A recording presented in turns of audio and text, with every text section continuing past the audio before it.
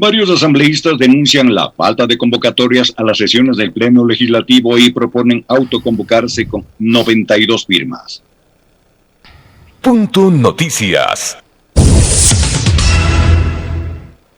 En el interior del Palacio Legislativo hubo pronunciamientos sobre la crisis que atraviesa este poder del Estado ante la falta de convocatoria a sesiones del Pleno por parte de la presidenta Guadalupe Llori. Los días martes y este jueves no deberíamos estar en los exteriores de la Asamblea Nacional. Deberíamos estar adentro, en el Pleno, sesionando, pero la presidenta, por temor, no quiere abrir las puertas, reclamó la coordinadora de la bancada de UNES, Marcela Holguín. La legisladora reclamó que existen 2 pedidos de resolución para que en el Pleno se trate la derogatoria de la reforma tributaria, por lo que exigió a la titular de la legislatura reanudar la sesión 758 para resolver estos pedidos. Ante la falta de convocatoria, se plantea la posibilidad de autoconvocarse y resolver los temas pendientes. El asambleísta por el Partido Social Cristiano, Esteban Torres, advirtió que varios legisladores se encuentran investigando los incidentes que se registraron en el Pleno de la Asamblea el pasado 24 de febrero, cuando se intentaba apelar la presidencia de Guadalupe Llori y al momento de reinstalar la sesión se fue la luz, el audio y el sistema informático de la legislatura. En este contexto, Esteban Torres advirtió que ya se encuentra tras la pista de las personas que habrían dado esta orden y adelantó que serían funcionarios que no pertenecen a la Asamblea e incluso denunció que varios empleados de la presidencia habrían dado esta orden. Entiendo que hay funcionarios de la presidencia que habrían actuado en ese momento, aseguró Esteban Torres. En el segmento Pichincho Opina, la palabra tiene Alexis Moncayo. De la mañana con 5 minutos. Bueno, yo les decía, son tiempos caóticos dentro y fuera del país y creo que lo que relata el profe en la nota con respecto de lo que está sucediendo en la Asamblea Nacional tiene que ver con eso, ¿no? Cada país, cada estado enfrenta sus propios problemas y mientras en el este de Europa hay un conflicto armado bastante grave. Acá nosotros lo que tenemos son conflictos políticos, a los que de momento tampoco les encontramos una salida, ¿no? Y para adentrarnos al asunto que nos convoca, que es la pugna que existe dentro de la Asamblea Nacional, yo quisiera partir de un hecho. La entrevista que tuvimos ayer con el legislador independiente, que además forma parte de esta bancada del BAN, que es aliada al gobierno nacional y que se ha mostrado de alguna forma cercana a la señora Guadalupe Llori. Ayer el señor Pedro Velasco tuvo algunos pasajes muy interesantes en la entrevista que mantuvimos aquí en este espacio. Si bien el hombre pertenece a esa mayoría que todavía respalda a la permanencia de Guadalupe Llori al frente del Parlamento, fue crítico de la conducción de esa presidencia y de esta asamblea. Dijo que la presidenta Llori tiene que respetar, por ejemplo, relacionado con lo que señalaba la nota del profe, que no hay convocatorias presenciales al pleno, que la presidenta Llori tiene que respetar lo que dice la ley y las resoluciones que fueron adoptadas previamente por la Asamblea, por el máximo organismo administrativo que tiene la Asamblea, que es el CAL, el Consejo de Administración Legislativa, pero también los propios legisladores en el Pleno, porque finalmente estas decisiones se adoptan también una vez que se han hecho las consultas con las diferentes bancadas y una vez que los 137 legisladores se habrían puesto de acuerdo también para que las condiciones en la forma de operar y de trabajar por parte de la Asamblea nuevamente retomen las actividades presenciales, porque también las restricciones han ido bajando, así al menos lo ha anunciado el COE nacional. En el sector público estamos obligados a regresar ya a nuestros puestos de trabajo, y por qué la Asamblea tendría que operar y laborar de manera distinta. Entonces el señor Velasco decía que parte de ese respeto a las decisiones que toma la Asamblea es precisamente convocar a sesiones presenciales en el Pleno, Esa exigencia vemos que no es únicamente de los legisladores de UNES. Yo por eso, antes que citar a los señores de UNES, que igual no deja de ser importante su pronunciamiento, partía de esta cita de la entrevista del día de ayer con Pedro Velasco. Y es eso precisamente, la exigencia que le están haciendo a la presidenta de la Asamblea, legisladores incluso que son aliados de ella, para que convoque a sesiones presenciales. Y yo creo que ahí también debería, digamos, esta inquietud o esta exigencia, que no es una exigencia también y únicamente de los legisladores, sino también de los ciudadanos.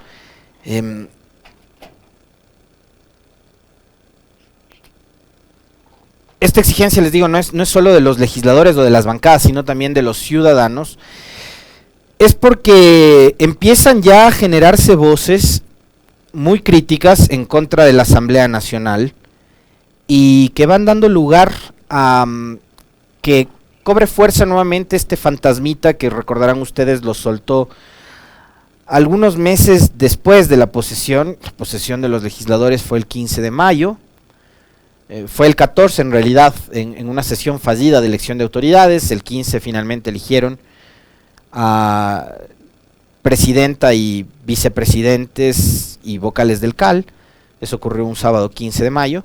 Y pocas semanas después, o pocos meses después, el presidente Lasso empezó a hablar de la muerte cruzada, este fantasma que ha estado rondando permanentemente y que tiene que ver con también las condiciones políticas adversas que enfrenta un ejecutivo que no ha logrado consolidar una mayoría que le sea útil en el Parlamento, sino que se ha visto como, por ejemplo, bancadas como Pachacutic se han ido fraccionando durante estos últimos meses y han terminado debilitando esa mayoría que conformaron precisamente para la elección de autoridades. Cuando se repartieron, y eso entiéndase bien, eso se trata cuando se elige autoridades y se designan también presidencias y vicepresidencias, no solo del Consejo de Administración Legislativa, sino también de las comisiones y cómo se distribuye. Eso es un reparto. Es un reparto de cargos, es un reparto político a la interna en la Asamblea Nacional. Ojo, no estoy hablando de que se ha repartido plata ni nada por el estilo. Estoy hablando del reparto a la interna de la Asamblea. En ese reparto se conformó una mayoría. Esa mayoría ya no existe más, aparentemente. Esa mayoría era una mayoría móvil, era una mayoría bastante frágil y que iba a ser muy complicado, muy difícil para el gobierno y para la señora Zori. Es evidente ahora que hemos visto la falta de experiencia a la hora de negociar, en el buen sentido de la palabra, negociar políticamente para precisamente consolidar y sostener esa mayoría. Le ha resultado muy difícil al gobierno y obviamente también ha sido difícil para la señora Guadalupe Zori. Creo que ahí tienen que ver muchas cosas. Tiene que ver la falta de experiencia, tiene que ver también la falta de asesoramiento, la falta de talento también, y algunos otros factores adicionales. La coyuntura creo que juega y mucho para que ahora los ecuatorianos y la Asamblea esté como está, y nosotros como espectadores, muchos sintiendo probablemente decepción, otros como yo sintiendo vergüenza de lo que está pasando, porque yo sigo siendo de los que considera que esto no le genera ningún tipo de beneficio a usted, ni a mí como ciudadano, que la Asamblea permanezca en una constante pugna, choque de intereses. No nos conviene en lo absoluto a los 17 millones de ecuatorianos. Una Asamblea que, por ejemplo, cuando se pasó la primera ley urgente en materia económica que envió el gobierno, supo reaccionar bien en un primer momento, cuando decidieron devolver el texto al Ejecutivo diciéndolo: presidente, se está equivocando, usted está enviando una fanesca legal en donde incluye temas que van desde la reactivación económica hasta la minería, pasando por lo laboral, etcétera, etcétera, etcétera. Y en materia económica urgente lo que usted tiene que hacer es tratar un tema único. Ahí lo hicieron bien, hicieron las consultas, acudieron a la unidad técnica legislativa, hubo un informe, basados en ese informe, la asamblea tuvo una respuesta creo que bastante decente en ese momento, diciéndole al gobierno, haga bien los deberes, mande el proyecto de ley urgente bien elaborado y nosotros nos encargamos de tramitarlo.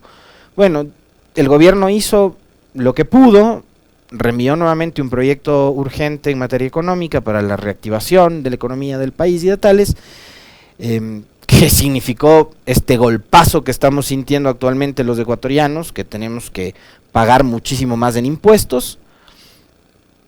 Y ahí la asamblea, digamos, no estuvo, creo, a la altura de las circunstancias. Esto ya lo hemos conversado en varias ocasiones. Y desde ahí en adelante creo que el Parlamento ha tenido más bien una serie de desaciertos. Y hoy estamos en este escenario complejo, en este escenario caótico. Como para dar paso al otro tema que quería conversarlo con ustedes y para cerrar este episodio.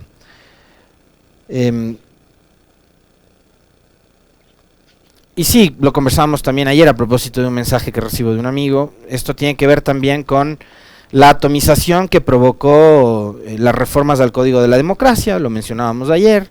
Hoy tenemos una asamblea atomizada, no hay, digamos, la posibilidad de que se conformen mayorías que sean, lo que decía hace un momento, más consistentes, más sólidas.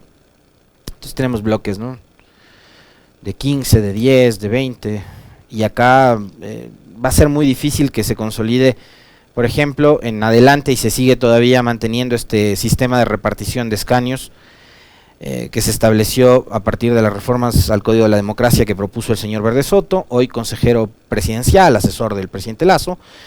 Vamos a seguir teniendo asambleas atomizadas, y va a ser muy complicado que haya un bloque que sume una bancada cercana a los 70 y que no necesariamente que consiga una mayoría absoluta por sí solo, esta bancada, pero que se acerque a ese número mágico que es el de 70 y que a partir de ahí pueda conversar, acercarse a otras bancadas, etcétera, para conseguir esa mayoría. Va a ser bien difícil, porque el sistema que fue aprobado en el periodo legislativo anterior apunta precisamente a eso, no a alimentar la democracia, ni alimentar el debate, sino alimentar la pugna y la conformación de estas mayorías móviles. Y yo que les decía hace un momento que lo que hace es, todo esto lo que hace es provocar nuevamente que empiecen a recrudecer los mensajes que apuntan a esta amenaza de la muerte cruzada. Y si bien yo creo que hay que prestarle atención, sí hay que prestarle atención, a ratos hay que tomarle con seriedad, otros ratos como parte del show que siempre monta el legislador Fernando Villavicencio a partir de sus intervenciones y sus alocuciones, bastante histriónicas, permanentemente cargadas de adjetivos, siempre apuntando a ese sesgo que tiene él, que ha dicho que no lo va a superar, que es el odio al correísmo. Nuevamente el señor Villavicencio ha retomado el tema de la muerte cruzada. Ayer, entiendo, en el espacio que tiene el colega Fabricio Vela, en una radio colega de acá de la ciudad de Quito, nuevamente volvió a hablar sobre el tema de la muerte cruzada. Dijo que esta asamblea no ha estado a la altura de las circunstancias y que esta podría ser la oportunidad para ir hacia la muerte cruzada, con las implicaciones que eso tiene para la democracia, para el momento actual que vive el país, incluso desde el punto de vista económico, porque eso implicaría que en 6 meses los ecuatorianos tendríamos que nuevamente ir a un proceso electoral y ustedes saben todos los gastos que eso acarrea y demás. Pero yo sí quisiera profundizar en algo que para mí es sumamente importante y que probablemente a algunos de ustedes le puede resultar cansón, Pero es algo de lo que no se habla en este país, y esto tiene que ver con, o sea, y yo les he dicho, en lo personal creo que la presidencia de la señora Zori ha sido bastante mala, pero es la presidencia que eligieron en la asamblea, y creo que hay que ser respetuosos de eso. Estoy convencido de que hay que respetar la institucionalidad. Hay mecanismos para evaluar y probablemente también dar lugar a la destitución de la presidenta Zori. Sí, ya lo hemos conversado, pero con argumentos que vayan más allá de que si la señora me cae bien o mal, o le cae bien o mal a determinadas bancadas, a determinados legisladores, o que vaya más allá del simple reparto de cargos, de que yo quiero la presidencia para controlar tales cosas. ¿Qué pasa con la democracia en el país? Es tan frágil la democracia que depende del ánimo con el que se despierta un día el presidente de la República y se le ocurre mencionar la posibilidad de ir a muerte cruzada. Que es una posibilidad que está en la Constitución, sí, pero que también nos da cuenta del mal momento que está viviendo democráticamente este país. Hoy las coyunturas han dado lugar a que se conforme una nueva mayoría, en teoría, porque yo no sé si es que esa nueva mayoría finalmente tenga alguna hoja de ruta también. Y yo ayer les planteaba eso. ¿Esta asamblea tiene una hoja de ruta? No lo sé. Esta nueva mayoría tiene una hoja de ruta, tiene una agenda legislativa además que sea del común. No que sea solamente para beneficiar a los de UNES, o que sea para beneficiar a los del Partido Social Cristiano, o a la radical de Pachacuti, como se le ha dado a la prensa independiente, por llamarles, a los legisladores de Pachacuti que no comulgan con las tesis del gobierno y que no respaldan a Zori. Los radicales les han dicho. Porque acá, o sea, además somos expertos para poner etiquetas. Entonces yo les decía que sí hay que tomarle ratos en serio estas declaraciones del señor Villavicencio, porque ha venido actuando además como que si fuera el jefe de bancada de Creo, y casi que el vocero y el interlocutor que tiene el gobierno en la asamblea, porque es evidente que la voz de Villavicencio es una voz que pesa muchísimo más que la de cualquier otro legislador de la bancada de Creo, incluido el señor Flores, que además también cada intervención que tiene es una intervención para la vergüenza. No, porque el otro día en Twitter, el jefe de la bancada de Creo decía que quieren tomarse por asalto el Consejo de Participación Ciudadana. Yo simplemente les recuerdo que eso fue lo que hicieron a partir de la consulta del 2018. Tomarse por asalto el Consejo de Participación Ciudadana, poner a dedo a personas como Trujillo, porque además ya todo estaba armado, a pesar de que hicieron la pantomima de mandar ternas a la asamblea y de que lo armen entre asamblea y el gobierno de Moreno, todo estaba armado. Ya pusieron a dedo a Trujillo, y Trujillo hizo lo que le dio la gana al frente del Consejo de Participación. Así que la toma y el asalto del Consejo de Participación para designar autoridades de control viene desde el 2018 con la consulta, y el 7 veces sí, que apoyaron, creo que apoyó el Partido Social Cristiano. El Partido Social Cristiano que además está ahora sufriendo y chupando de la propia medicina que ayudó a elaborar. Y ahora voy a hablar del tema del PSC y del tema de Nebot. Entonces vuelven a hablar del tema de la muerte cruzada. ¿Le conviene al país la muerte cruzada en este momento? ¿Qué tipo de asamblea? Díganme ustedes, les pregunto, la asamblea que venga después de la muerte cruzada, ¿va a ser mejor que esta? Vamos a ser los mismos electores, van a ser las mismas organizaciones políticas y van a ser probablemente los mismos candidatos. Una asamblea posterior, ¿va a ser mejor que esta? Realmente yo lo dudo mucho. O sea, tengo una duda, o sea, para experimentar, para seguir experimentando con este país que ya no aguanta más, prefiero que, y ruego que estos 4 años terminen volando. Y que la presidencia de la señora Zori también pase volando. Pero yo sí le apunto, créanme, porque creo que este país ya no aguanta más. O sea, estoy convencido de que este país no aguanta más. Creo que es hora que los ecuatorianos también empecemos a respetar las instituciones, empecemos a respetar la institucionalidad, le devolvamos un poco de institucionalidad al país. Y eso parte de un hecho fundamental, que lo han dicho nuestros invitados durante todos estos días de acá, además invitados que van de toda corriente, de toda ideología, porque si no nos alimentamos además de visiones distintas a las de nosotros mismos, esto de hablarnos al espejo está bien para otros, no para nosotros. Al menos a mí me gusta conversar con personas que piensan diferente a mí, incluso está para aprender. Pero eso de devolverle la institucionalidad al país parte de un hecho fundamental, que es el respeto a la legalidad. Y si no respetamos la ley, aquí no va a pasar absolutamente nada. Vuelve a rondar el fantasma de la muerte cruzada. Y en fin, ayer reapareció un personaje con el que probablemente no podemos coincidir, ni ustedes ni yo, pero al que siempre va a ser interesante escucharle, porque ha sido un actor político que ha estado estos 40 años permanentemente activo. Se trata del ex alcalde de Guayaquil, Jaime Nebot. Ayer dio una extensa entrevista a la Asociación Ecuatoriana de Radiodifusión.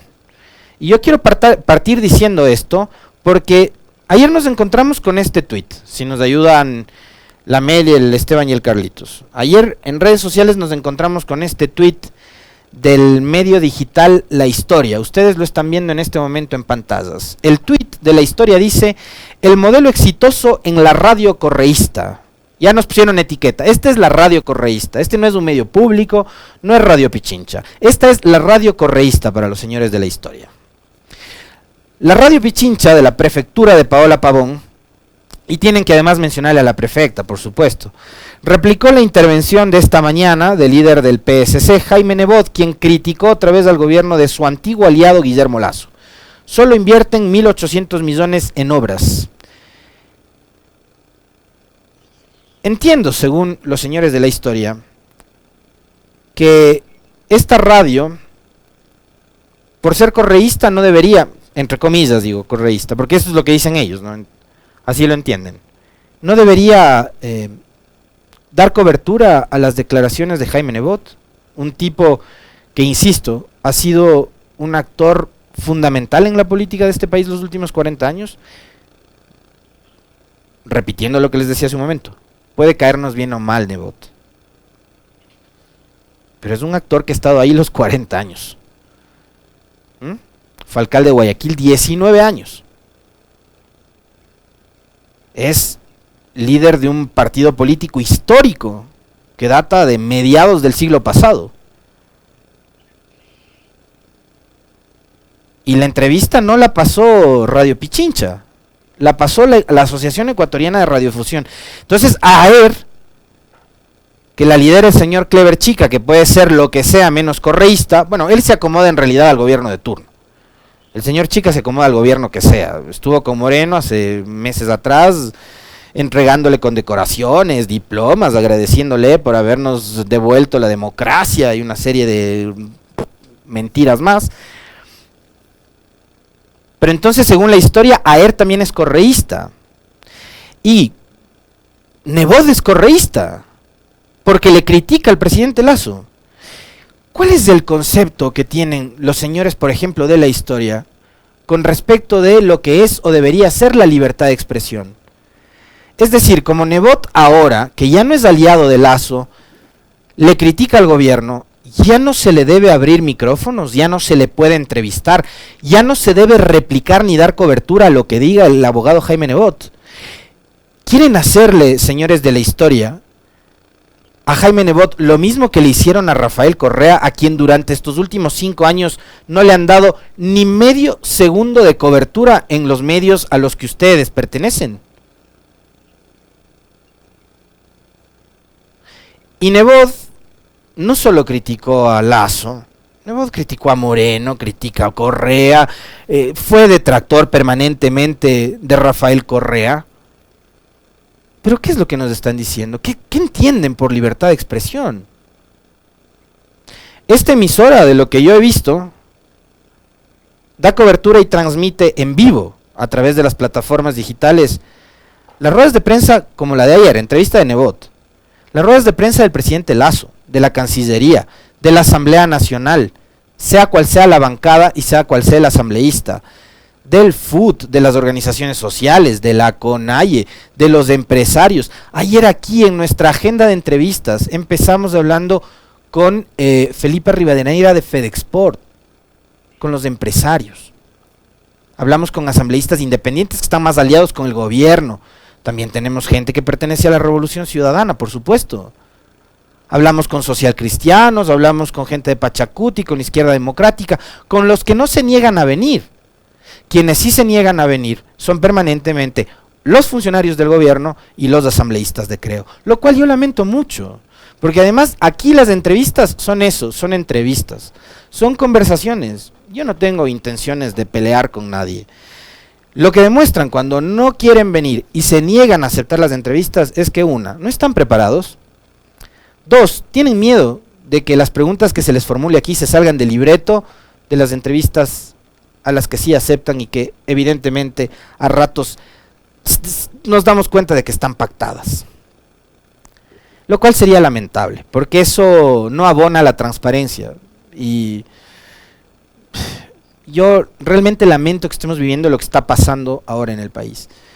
Acá no viene el contralor, no viene la fiscal. La presidenta de la asamblea veo que no habla con ningún medio. Es evidente que no está preparada, que no tiene asesores que le ayudan. Y hoy, ¿saben qué? A propósito de un mensaje que acabo de leer de David Tupiza, le agradezco mucho porque me hace recordar mucho de los relatos que vivimos en años anteriores, en donde ningún ministro se negaba a aceptar entrevistas. Me refiero a la época de la Revolución Ciudadana. Ahí había ministros con los que yo recuerdo en esa época, cuando hacía el programa con Vela, había ministros que a nosotros nos tenían como identificados como periodistas críticos, y más que críticos como periodistas opositores. Eso también pasaba. Las SECOM nos tenían también con la etiqueta de opositores. Hoy hay censura. El que no quieran venir acá y no quieran responder las preguntas que se les quiere formular aquí, que insisto, son preguntas, son entrevistas. Este no es un ring de boxeo. Yo no soy de los que andan en Twitter invitando a la gente a pelearse en la tribuna de los shiris. Eso hacen los cineastas. Yo no. Bueno, algunos cineastas, no todos. Seguramente es porque les interesa también censurar a este medio. Y hoy no hay Supercom, no hay ley de comunicación, ni hay nada. Entonces yo sí les llamo a ustedes a preguntar también, y que se formulen esa pregunta, que se cuestionen. ¿Qué entienden estos medios por libertad de expresión? Porque a mí lo que veo de ese tuit de la historia es que el paso siguiente va a ser bloquear mediáticamente a Nebot. Quiero ver cómo les va. Porque Nebot está aquí en el país. Sigue aquí en el país. Nebot no ha perdido sus derechos políticos. Podría ser candidato a lo que le dé la gana, Nebot, excepto a la alcaldía de Guayaquil, por efecto de la consulta que él mismo apoyó. Pero él está acá. Quiero ver cómo les va cuando le bloqueen mediáticamente a Nebot. Y por cierto, públicamente, ya va a estar con nosotros Henry Cucalón. Públicamente le reitero al doctor Henry Cucalón lo que alguna vez le dije por interno. Estos micrófonos, estas cámaras y este medio de comunicación está absolutamente abierto, y desde ya le hace la invitación pública a una entrevista al abogado Jaime Nebot para conversar de estos y los temas que él desee. Porque en este medio, a diferencia de otros, no hay lista de vetados. Hasta Fernando Villavicencio ha estado en estos micrófonos.